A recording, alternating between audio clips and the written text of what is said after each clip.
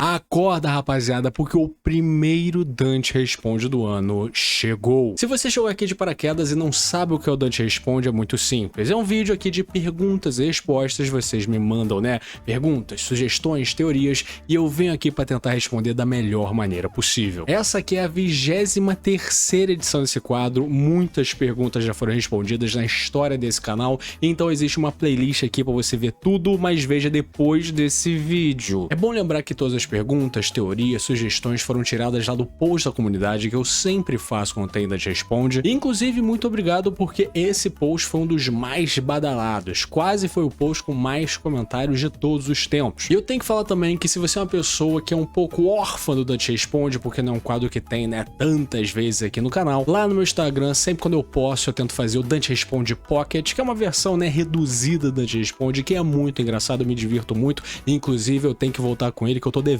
E antes de começar, é importante falar algumas coisas. No Dante Responde, a gente fala sobre várias coisas e algumas obras específicas, mas não tenha medo de spoiler ou coisa do tipo, porque aí na linha de duração tá separadinho por blocos. Então se você é uma pessoa que não gosta de One Piece ou que não quer receber spoilers do mangá de One Piece, é só você pular a parte que eu falo de One Piece, não precisa não ver o vídeo, tá bom? Uma outra coisa que é importante falar é que já são 23 edições desse quadro, 23 vezes que eu fiz isso nesse canal, ou seja, estamos falando aqui de centenas de perguntas, e é capaz que alguma pergunta que você tenha feito ou queira saber, eu já tenha respondido nos outros Dante Responde, por isso que é legal você olhar a playlist, olhar os últimos que saíram e tudo mais. Enfim, eu não sei vocês, mas eu tô louco pra responder as perguntinhas. O Choco SZ mandou aqui uma teoria sobre o Dragon. Ele menciona a serpente, né, o dragão que tá no capítulo 1138, que mostra, né, o painel de Elbaf, e relaciona com o suposto destino de Dragon, que é destruir a Headline e unificar o mundo. Dragon teria a fruta do deus asteca Quetzalcoatl, a serpente emplumada. É o deus do vento e da chuva e está ligado ao deus do sol. Em resumo, Dragon vai destruir a Headline, unificando todo mundo. Dragon não é só um revolucionário político, ele é peça-chave mitológica que vai quebrar o mundo para consertá-lo. O Dragon ter essa zoa mítica já é uma teoria bem antiga, tá bom? O que mais falam que o Dragon poderia ter é essa fruta, né, do deus asteca, a fruta do Thunderbird, que é um outro bicho mitológico, e a famigerada Logia do Vento, que é a aposta mais acertada. E nessa teoria aqui, você relaciona essa fruta com o painel, com aquela criatura que ainda não tem muito significado, eu achei interessante. Porém, a parada é a seguinte, o painel é um pouco difícil de ler, a gente não sabe se está se tratando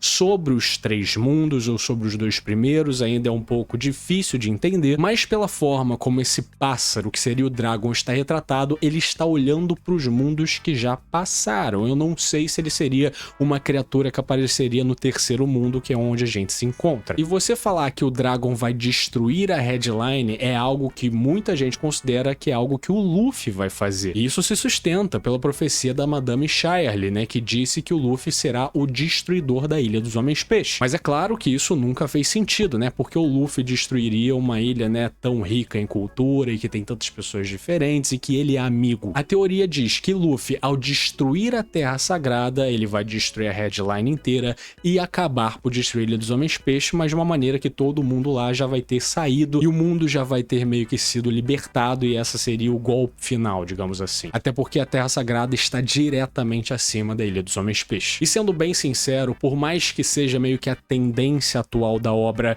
é todo personagem forte ter uma zoa mística e tal, eu vou confessar que eu tô meio farto de só zoas místicas existirem, sabe? Eu gostaria muito que o Dragon tivesse a Logia do Vento, porque é cotada há muito tempo, né? Na época que as logias eram a parada. Bom, o Kit Kat perguntou aqui sobre a construção de Elbaf aparentemente sendo o local da guerra final. Você acha que os gigantes são uma peça crucial para vencer a guerra por causa da fruta lendária? E te agrada Imu como vilão final? Pois o que estava sendo construído até certo tempo era que o Barba Negra seria o vilão final. Acho que tem espaço para esses dois serem vilões finais? Elbaf com certeza é uma terra importante e os gigantes são sim uma peça crucial para a guerra final, como já dito por Imu-sama, mas eu não acho que Elbaf vai ser o palco da guerra final. Eu quero muito que o palco da guerra final seja no mar. Eu sei que é bem difícil acontecer, porque a gente não viu até agora batalhas marítimas de fato, que é uma lástima em um anime sobre piratas, e tem a teoria que seja, né, em Laugh Tale ou em Lodestar, que é a última ilha apontada pelo Log Pose. E essa questão do vilão final, eu acho que vai ser uma pegada tipo assim,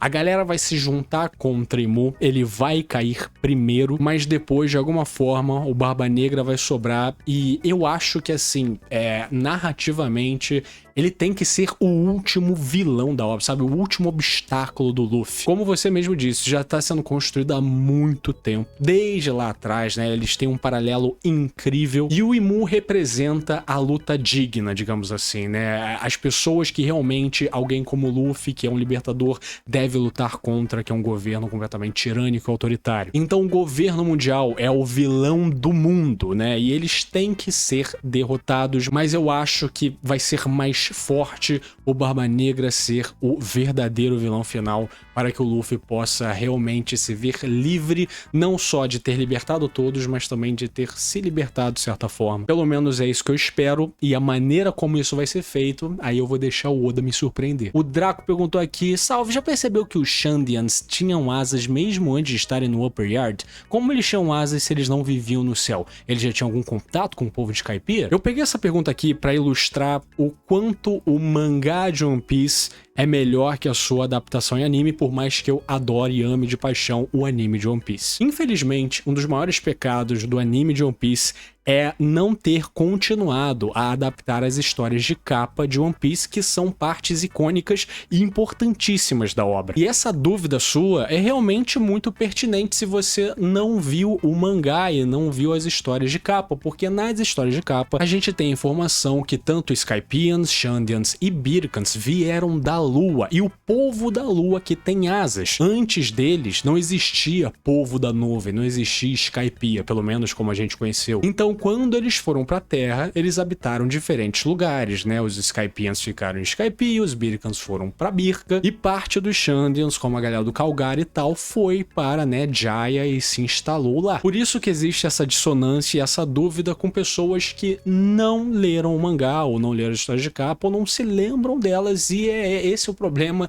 da adaptação do anime, um dos muitos problemas, né? O Tom perguntou aqui que One Piece é o maior anime de todos os tempos, todo mundo sabe. Então, se você pudesse montar sua tripulação a dedo, como ficaria? Que pergunta foda! Eu vou seguir a formação dos chapéus de palha, né? Então, tipo, escolher um atirador, um médico e por aí vai, né? A tripulação clássica de One Piece. Eu vou considerar que eu só posso pegar piratas, né? Eu não posso, por exemplo, pegar o Kizaru e fazer ele na minha tripulação pirata, porque não faz muito sentido. Pra começar de imediato, eu coloco o Ben Beckman. Por mais que a gente não saiba muito sobre ele, ele parece o imediato perfeito, ele é equiparado com o Shanks, então eu quero um cara desse na minha trip. O meu navegador seria Scopper Gaban, um monstro absurdo. O meu atirador seria o Van Auger, né? A combinação da habilidade dele com a fruta dele é um absurdo. O meu médico seria, obviamente, Trafalgar de Waterloo, porque, né, é o mais apelão que existe. E o meu timoneiro eu poderia escolher o Jesus Burgess, mas eu vou ficar com o Jinbe, porque eu queria ter um Homem-Peixe na minha tripulação, porque se todo mundo cair no mar, ele vai conseguir salvar todo mundo, e o Homem-Peixe é foda pra caralho. O meu cozinheiro seria o Stroizen da Big Man, por mais que ele seja meio fraco, ele tem experiência pra caralho, ele consegue fazer tudo virar comida, então se meus suprimentos acabarem, se a gente naufragar,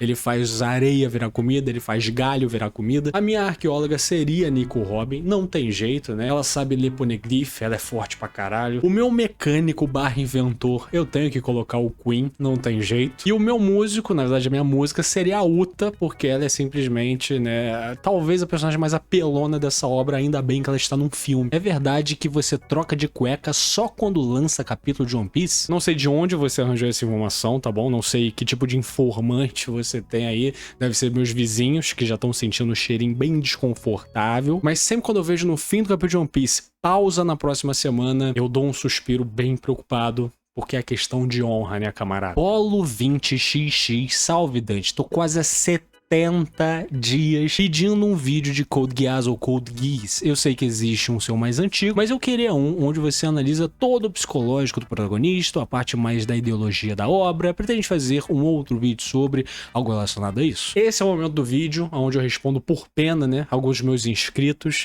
É difícil, tem que fazer. Eu rezo para que você seja uma pessoa menor de idade, que a sua única preocupação é tirar notas boas, porque se você tá 70 dias comentando nos meus vídeos, fazer vídeo Code Code Geass, eu quero ter a tranquilidade do meu coração de pensar que você é uma pessoa que não tem que se preocupar com a vida real. Dito isso, Code Geass, ele entra numa seara de inúmeros animes e mangás que eu já consumi na minha vida, que eu já vi ou li há um tempo atrás, ou seja, eu teria que rever de novo para poder trazer um vídeo realmente decente, né, com conteúdo, com estrutura para vocês. Eu adoro Code Geass, gosto do personagem do Lelouch, mas quanto mais velho eu fico, mais eu desgosto dele, porque eu acho que ele assim, ele é muito um personagem para adolescente, um pouco como o Light em Death Note, tipo, cara, é impossível você ser um adolescente e ser tão genial assim, vai com calma. Mas de qualquer maneira é possível, só não sei se, né, tão cedo, é capaz que em algum momento eu reveja, porque eu gosto bastante da obra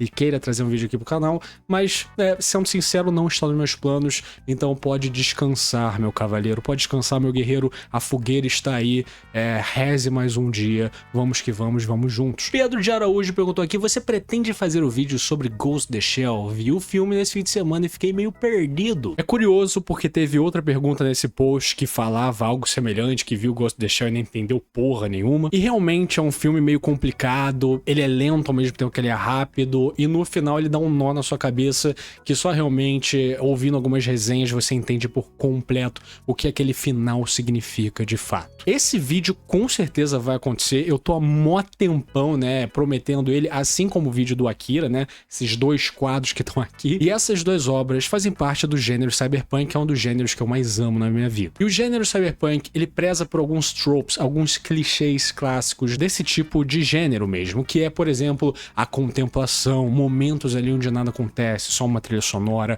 o momento onde há reflexão em um mundo que faz tudo pra você ser o mais automatizado, o mais não preciso pensar nada possível. É um gênero que a todo momento se mostra antagônico, né? Ele te mostra uma cidade movimentada, mas preza por momentos de calmaria. É um lugar que preza pelo material, pelo superficial, ao mesmo tempo que os personagens retratados geralmente são bastante complexos. Mesmo com a maioria representados sendo robôs, ou parte robô, parte máquina, coisa que faria, né, a sua humanização, a sua individualidade se esvair cada vez mais. E esses dois filmes, principalmente Ghost in the Shell, encapsulam isso de forma, assim, tremenda, perfeita, e não é à toa que eles são inspiração para muitas obras que a gente conhece hoje em dia. Então sim, esse vídeo vai acontecer, só não consigo te falar quando, tá bom? E o Caco que eu dei baixinhos, membro do canal, né, a fã número 1 desse canal, perguntou aqui, de 0 a 10, qual o seu nível de tolerância a spoiler? Pretende falar sobre Diário de uma Apotecária e você já pensou em como criar uma tortura? Bônus, já falei que te amo esse ano, se não saiba, eu te amo, Dante do Inferno de Dante. Eu também te amo, assim como amo todos vocês são meus filhinhos queridos, mas os membros do canal é aquele filho que passa na prova de medicina, é aquele filhinho que passa na prova de engenharia, que o papai dá carro e tal, né? Vocês, os outros, ganham pirulito e tá tudo bem. Primeiramente, eu nunca vi Diário de uma Apotecária, mas pretendo ver, e se eu gostar, né, pretendo trazer pro canal sim. Sinceramente, eu sou uma pessoa que eu não me importo tanto assim com spoiler, sabe? Se alguém chegar e me dar um spoiler, eu não vou ficar, nossa, você destruiu minha vida, brother. Se é uma parada que eu quero muito ver, e eu quero ver sem saber de absolutamente nada, que nem, por exemplo, aconteceu quando eu fui ver lá uma batalha após a outra, eu não queria saber nada sobre esse filme, eu fui ver e eu adorei exatamente por causa disso, porque eu não sabia nada. Mas assim, eu sou uma pessoa que não curto levar spoiler, e obviamente que eu não gosto de dar spoiler pra ninguém, tanto que é por isso que em todos os meus vídeos eu aviso quando vai ter spoiler, mas eu acho que existem casos e casos. Eu só falo o seguinte, se você é uma pessoa que se diverte dando spoiler pra outras pessoas só pra estragar a experiência delas, vai se tratar. E agora a última pergunta, né, como criar uma tortura. Esse é um tema que já falaram bastante, porque existe, né, a cena icônica do Kaneki, que é inclusive um personagem que já tem um vídeo aqui no canal, sendo que é um vídeo que foi privado, porque eu fiquei com medinho dos executivos do Pierrot. Infelizmente é muito complicado de falar de Tokyo Ghoul no YouTube, é uma pica, desculpa, mas apesar do tema ser impactante, ser bom e dependendo do personagem, com certeza ia dar certo, eu acho que ele é um tema um pouco pesado demais e um pouco sugestivo demais, porque não é todo mundo que conhece esse canal, que conhece esse quadro. Então, se do nada eu postar um vídeo falando como criar uma tortura, eu acho que os federais vão bater aqui na minha porta. Felipe Gouveia perguntou aqui, Dante, quando vai ser o próximo vídeo de Shumatsu? Sobre o Loki, talvez? Eu só postei 2 vídeos de Record de Ragnarok aqui no canal e vocês amam esses vídeos, né? O vídeo do Jack e do Buda, vocês absolutamente adoram por algum motivo. Eu sinceramente não sabia que Shumatsu no Valkyrie era uma obra que a galera gostava tanto, ou tinha tanto interesse. Essa taxa de visualizações desses vídeos é um meio louco pra mim, mas realmente essa luta recente, né, do Simon Hayah e do Loki, eu achei bem legal, bem mais legal do que todos os outros que vieram. Obviamente que eu gosto da obra, mas eu não gosto tanto pela linha que ela tá seguindo de fazer algo além da luta, né, dos deuses e dos humanos. Eu sei que é um pouco difícil, você tem que falar porque as Valquírias querem ajudar tanto os humanos, né, de onde vem esse sentimento, mas sinceramente eu não tô gostando tanto do plot externo de tudo isso, sendo que a luta do Loki e do Simon Hayah é uma luta que não tem tanto a ver com isso, digamos assim, e não tem jeito. Eu adoro a maneira como esse autor interpreta essas figuras históricas e esses deuses de maneira única e consegue dar poderes únicos pra eles, respeitando exatamente essa personalidade. Eu acho isso fantástico, aplaudo de pé todas as vezes. E respondendo a sua pergunta, é capaz sim que aconteça, e se tiver, provavelmente vai ser dessa luta. Você caga? Não. O Henry perguntou aqui: salve Dante, você comenta muito pouco até onde eu vejo sobre Jojo Lands, a parte 9 de Jojo. Tem algum motivo por trás disso? Prefere esperar acabar? A parte 9 de Jojo, né, Jojo Lands, é de longe a parte que menos me pegou até agora. Eu não gosto tanto assim da trama, da ambientação e, sinceramente, eu não gosto tanto dos personagens. Eu até acho eles maneiros e tal, poderes bacanas, mas, sabe, eu não sinto aquela conexão imediata que a maioria dos protagonistas de Jojo conseguia proporcionar. Por causa disso, obviamente que eu quero esperar, né, a obra acabar, sendo que no ritmo do Araki isso vai demorar algum tempo. Na minha opinião, ela é uma obra meio confusa demais, e isso aliado com um ritmo bastante constante, né, que passa meses sem capítulos novos, e você tem que se lembrar daquele plot, tem que se lembrar daquelas coisas específicas, é um pouco difícil de acompanhar, mas vai que eu sou surpreendido. Já tem um bom tempo que eu não leio Jojo Lands, eu parei ali no capítulo 20 alguma coisa e tal, ainda não li o resto. Então, quando eu ler de novo, talvez reler a obra, eu tenho uma perspectiva diferente, até porque já teve cenas que eu gostei bastante, alguns personagens que eu achei situacionalmente perfeitos, digamos assim, mas ainda falta aquele gostinho pra realmente me pegar. O Heitor Rafael perguntou aqui: Dante, já pensou em fazer um vídeo sobre os stands de Jojo, como eles mudaram a obra? Com certeza já tive essa ideia, já quis até fazer top 10 de stands de Jojo e tudo mais, né? Stands só não tem jeito, é um dos sistemas de poder mais foda que existe, e é uma das paradas mais ricas e criativas que a gente realmente vê, né, a genialidade de Araki piscando. E é maneiro trazer esse texto, né, de como o stand mudou Jojo, como fez ficar tão conhecido, mas eu vou além. Os stands mudaram a maneira como se faz Battle Shonens, né? Os animes de lutinha mudaram completamente com a inserção dos stands, porque eles permitiram que o sistema de poder de obras fossem, por exemplo, superpoderes, coisas que antes eram muito ligadas à energia espiritual, a parada do Ki, a parada da energia espiritual de Yu Hakusho. Os stands meio que ainda são isso, né? É meio que uma energia espiritual do usuário, sendo que ela é convertida em um poder de verdade, um poder de super-heróis das HQs americanas e tudo mais. Então essas obras que cultuam esse tipo de poderes diferentes explicados pelo sistema de poder, que nem One Piece, que nem Bleach, que nem Boku no Hero, Black Clover e por aí vai, isso tudo começou com as portas abertas de Jojo. Gigletzinho perguntou aqui: Dante, qual dos dois universos de Jojo é o seu favorito e por quê? Pra quem não sabe ou não entendeu de primeira, ele tá se referindo aqui aos universos da parte 1 à parte 6 e o universo da parte 7 à parte 9. É um pouco injusto porque um universo a gente tem 6 partes e o outro a gente tem 3, né? O outro universo já se tornou icônico na cultura pop e já tem personagens que permeiam, né,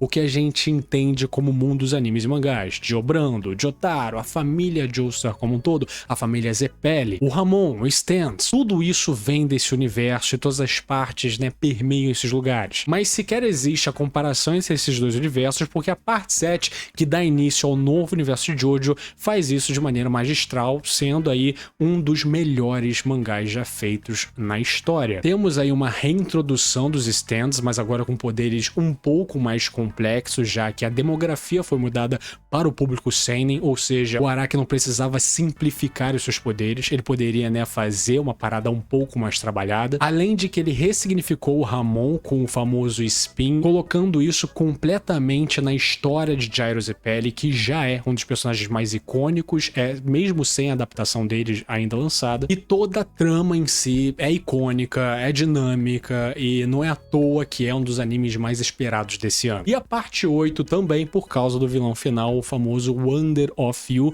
que mesmo que você nunca viu o Jojo na vida, você provavelmente já viu algum edit, ou você já viu a cara desse indivíduo. Mas eu acho que eu ainda fico com o universo da primeira parte, digamos assim, porque foi ela que fez a maioria das pessoas amarem Jojo e se apaixonarem por essa mitologia, porque apesar do outro universo ainda ter a mitologia, Joestar, Zeppelis e toda essa parada, aquele universo só se sustenta pelas costas do primeiro, e eu acho que isso tem valor demais. O que Araki fez e a sua fundação não podem ser subestimadas, e existe um motivo porque Jojo é Jojo. Salve, Dante, passando a comunidade mais foda do YouTube. Pô, obrigado, irmão. Pô, tenho certeza que você vai falar uma parada muito legal. E ano passado, hein, o Vasco na final da Copa do Brasil, sentiram o stand do Corinthians, Memphis Depay.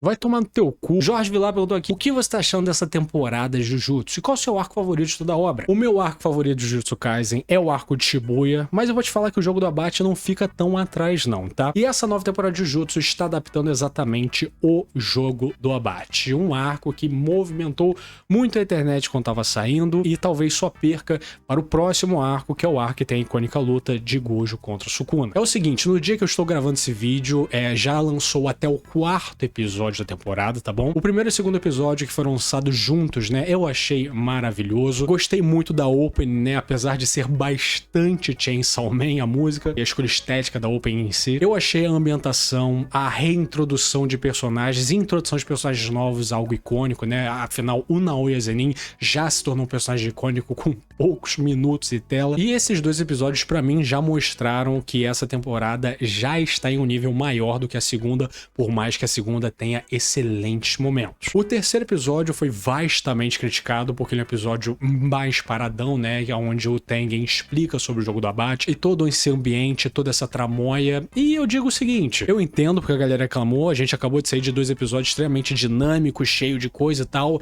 para um episódio inteiro num fundo branco com coisa aparecendo e explicações chatas que ninguém quer saber, né? Mas na minha opinião, eles fizeram um trabalho ótimo com o que eles tinham, né? É diferente ler isso do que ver isso, né? Lendo isso é algo que, assim, passa rápido, é algo que não parece tomar tanto do seu tempo. E a galera que tava muito hypada meio que entende que a gente precisa respirar, parar um pouco e entender o que tá acontecendo. Quando isso vai pra um anime, considerando que teve esse lançamento de 2 episódios, caralho, o próximo vai ser foda pra caralho. Se eles lançaram 2, é porque o terceiro é especial, né? Senão lançariam 3 de uma vez. E aí quando recebem esse episódio mais paradão, mais, né, expositivo e tal, realmente a galera vai cansar. Eu não acho que seja um episódio ruim, ele é só um episódio mais parado pra galera que tava esperando mais dinamismo, o que eu entendo. Sendo que eu acho que ninguém mais se importa com esse terceiro episódio, porque a gente teve o cinema presente à nossa frente, que foi o 4º episódio. Um episódio que já quebrou regras, sendo um episódio de 28 minutos, né? Geralmente episódio de anime tem ali seus 23, 24 minutos,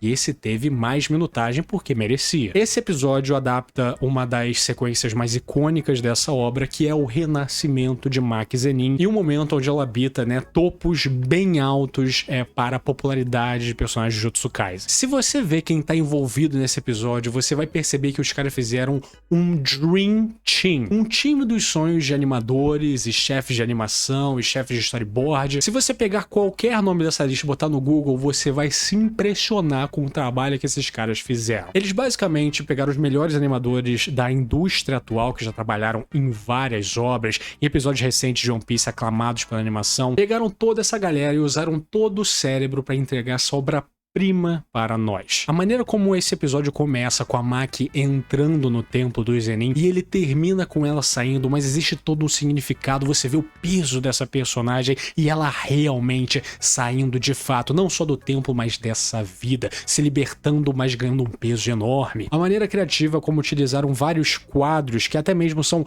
icônicos para a obra, adaptando para anime de maneira fantástica, na minha opinião, colocando muito mais emoção, muito mais intenção e obviamente o creme dela creme, que são as cenas de ação da Maki, né? Que é uma piada. Esse é um episódio altamente inspirado em Kill Bill Volume 1, né? Com toda aquela cena da Beatrix Kiro matando geral naquele restaurante japonês. E a maneira como fizeram isso no anime foi ímpar, na minha opinião. Não é só sobre ser dinâmico, ser fodão e tudo mais, mas eu acho que eles captaram o mais importante dessa luta, que é uma Maki completamente indiferente a tudo, né? Ela é alguém que literalmente perdeu suas emoções, perdeu suas capacidades emocionais com aquele ritual com a Mai. E eu acho que isso foi magistralmente representado aqui. E toda a relação, né, dela sendo comparada com o Toji, que é muito legal. A maneira como ela lida com os altos oficiais. E é claro, né, o fim de Naoya Zenin, que inclusive eu explorei lá no vídeo que eu fiz recentemente sobre ele. Simplesmente incrível, maravilhoso. E talvez esse seja, né, o episódio que mostre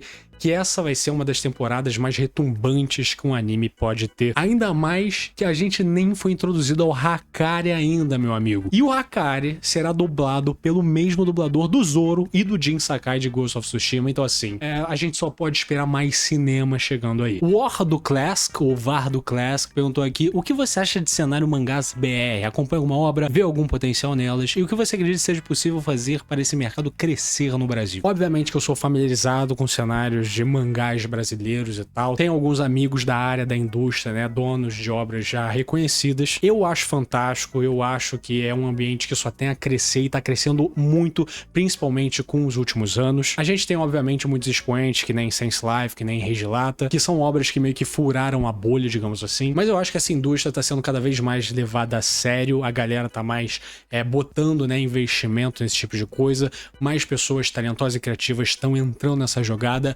Isso é maravilhoso, cara. Não tem coisa melhor do que a gente ter, né, esse tipo de produto forte, totalmente nacional. E eu vou te dizer, hein, é capaz que esse ano o Dante Inferno de Dante lance algo semelhante com esse tipo de coisa aí, mas eu não vou prometer absolutamente nada, só esperem, beleza? Cairo Bonguardo falou aqui: fala, Dante, queria saber se você vai dar sua opinião sobre a animação feita pelos fãs de One Punch Man que saiu recentemente. O que você acha do fato de realmente fãs fazerem um trabalho melhor que o estúdio em si? Obviamente que eu já vi várias animações de fãs, não só de One Punch Man, mas vários outros animes. Sempre acho fantástico, foda pra caralho, ainda mais considerando, né, o tratamento que o One Punch Man teve nessa terceira temporada. Ver essas animações dos fãs sendo realmente tão fodas é algo que ameniza a nossa situação. Sendo que, sinceramente, eu acho que essa comparação é muito injusta. Primeiro porque essas animações de fãs geralmente não são do episódio inteiro, mas sim de uma cena icônica que dura alguns minutos, em contrapartida de um episódio que dura mais de 20. Segundo que um fã animando uma cena tem basicamente todo o tempo do mundo para fazer isso, ele pode demorar meses até entregar esse tipo de produto, o que de novo não corresponde à realidade de um estúdio de anime japonês. E uma outra parada é que eu entendo totalmente, né, as pessoas ficarem putas com a empresa, né, com a companhia, com os engravatados e quererem jogar ovos na JC Staff, e vocês estão certos de fazer isso. Sendo que quando a gente tá falando de um estúdio de anime e a gente vê o produto que eles entregam, a gente geralmente culpa a animação, que foi feita por animadores, onde a gente sabe que a maioria vive em condições escrotas de trabalho. Não só tem pouco tempo para animar suas obras, como às vezes estão trabalhando em várias obras ao mesmo tempo, e existe uma pressão absurda, pouco pagamento, e obviamente que a gente está familiarizado com os escândalos do Estúdio Mapa, por exemplo, com outros estúdios. Então, para mim, obviamente que eu adoro ver essas animações de fãs,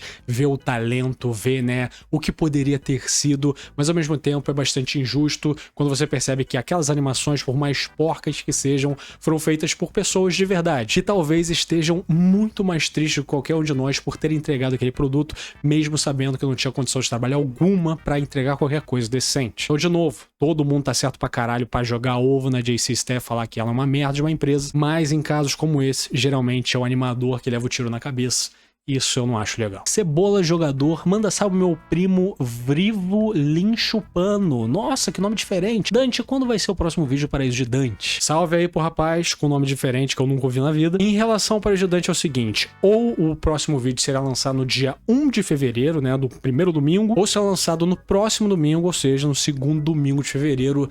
E eu acho que vai ser bem maneiro, né? Acho que vocês vão gostar. O Lucas Gomes perguntou aqui, salve mano, qual obra você gostaria de ver uma continuação, remake ou qualquer adicional pra ela? Obviamente eu queria ver a continuação de Vagabond, né, que está em um hiato indefinido, foi basicamente abandonado pelo autor Takehiko Inoue, mas um remake, eu tenho que dizer, o anime de Bleach. E eu queria que esse remake acontecesse no mesmo estilo que tá sendo animado essas novas temporadas da Guerra dos Mil Anos. Eu acho que essas novas temporadas conseguiram traduzir por completo o que o Chichikubo queria mostrar nos seus mangás. O anime classicão de Bleach, por mais icônico que seja, por mais que tenha capturado muitos corações e tenha cenas icônicas e fodas, eu acho que ele pecou muito em muitas coisas, principalmente quando você tem uma mínima referência do mangá. A maneira como a Orihime Inoue é representada no anime comparado com o mangá é uma piada. Os fillers do anime que se infiltram na trama canônica é uma merda, entre outros pecados escabrosos que o anime de Bleach cometeu no seu passado. Eu acho que essa obra é a que mais precisa de um remake no mesmo estilo de como ela tá sendo adaptada hoje em dia. Geral com pergunta boa e eu querendo saber se ele gosta de pão com manteiga. Gosto, né? Acho que não existe pessoa que não gosta, só pessoa que é alérgica, né? Mas sim, eu gosto. Bastante perguntinha respondida. E é o seguinte, se você mandou sua pergunta e ela não apareceu aqui, amigão, tenta de novo, vai dar certo na próxima vez eu vou te responder. Ou não. Se você chegou até aqui, meu muito obrigado. Lembre-se sempre, curta, comenta, compartilha e se inscreva no canal, isso me ajuda demais. Se estiver pelo celular, dê uma hypada pra ajudar o guri. Um agradecimento especial para Alisson Rodrigues, Guaxinim Gamer, Buruburu, Vanilson Silva, Retroblade, Godorei, Maria, Matheus Santos, João Pedro, João Oben, Pedro Junqueira, Gable 3D, Volknario, KQD Baixinhos, Chico Mia, Rebenê, Iburinha, Alissu, Togers, Fábio Luiz, Victor Moser, Gian, Gabizardo, Frost Disc, Giovanni Vaz, Leme Cruz, Jonas Fagundes, Matheus Saaf, Feceu, The Blood Hunter, Matheus Siqueiro, Quebra-Cabeças, Paz Sawat, Monolítico, Goiaba 2202, Hipnos 11, Devens Muito Legal, Vinho de Flores, Killer, É Verdade, Henry, Vitória C.L. Souza, Toxic, Bambu e Salom, Worth, Esther Drovande, Manjobão, Catraca, Kuniko Makoto, Rick Cobbs, Teus 7, Biels, Philips Morgan, Pixel Z, Dimir Dessa, Kaique Alexandre, José Jackson Gouveia, Maurício Vieira, Cowboy de Espaço, Matos Gabriel Rodrigues, Renan Correia, Igor Silva, Vitor Diogo, Shadow BR, Haru Libert, Cassiri, Pedro H, Fiat Pô Todo Fudido, Toná Catraca, Pedro Corredora PL, Iride, JC Kozowski, Luiz Elano, Foxhound, Yuri Fukuda, Gabriel Baldê, Pepoca, Gabriel Achadel, Selk, Abílio Rua, Drincomene, Jovem Dinâmico, Guilherme Xavier Barbosa, O Gugas, Nimo Todo, UFSG, LP, Skull, Gustavo Onda, Vitor S, Ângela Cavalcante, Gabriel Madrugada, Fabrício Pérez, Waffen, Chimboca Xota, Rimãozinho, Gabriel Neves, Fabio Lima, Fábio do Gás, Martinho Coben, Chibiribissauro, Rafael York, Proci Achum e a rosca dele, o bom filho a casa torna. Bem-vindo de volta. Eles são os membros do canal, muitíssimo obrigado pelo seu apoio, vocês são fodas demais. E se você quiser ser que nesses paladinos do Inferno de Dante, considere ser um membro também. É uma coquinha, uma cervejinha que você deixa de beber no mês, então assim, se tiver só nessa carteira, por favor, considere. Tchau, tchau!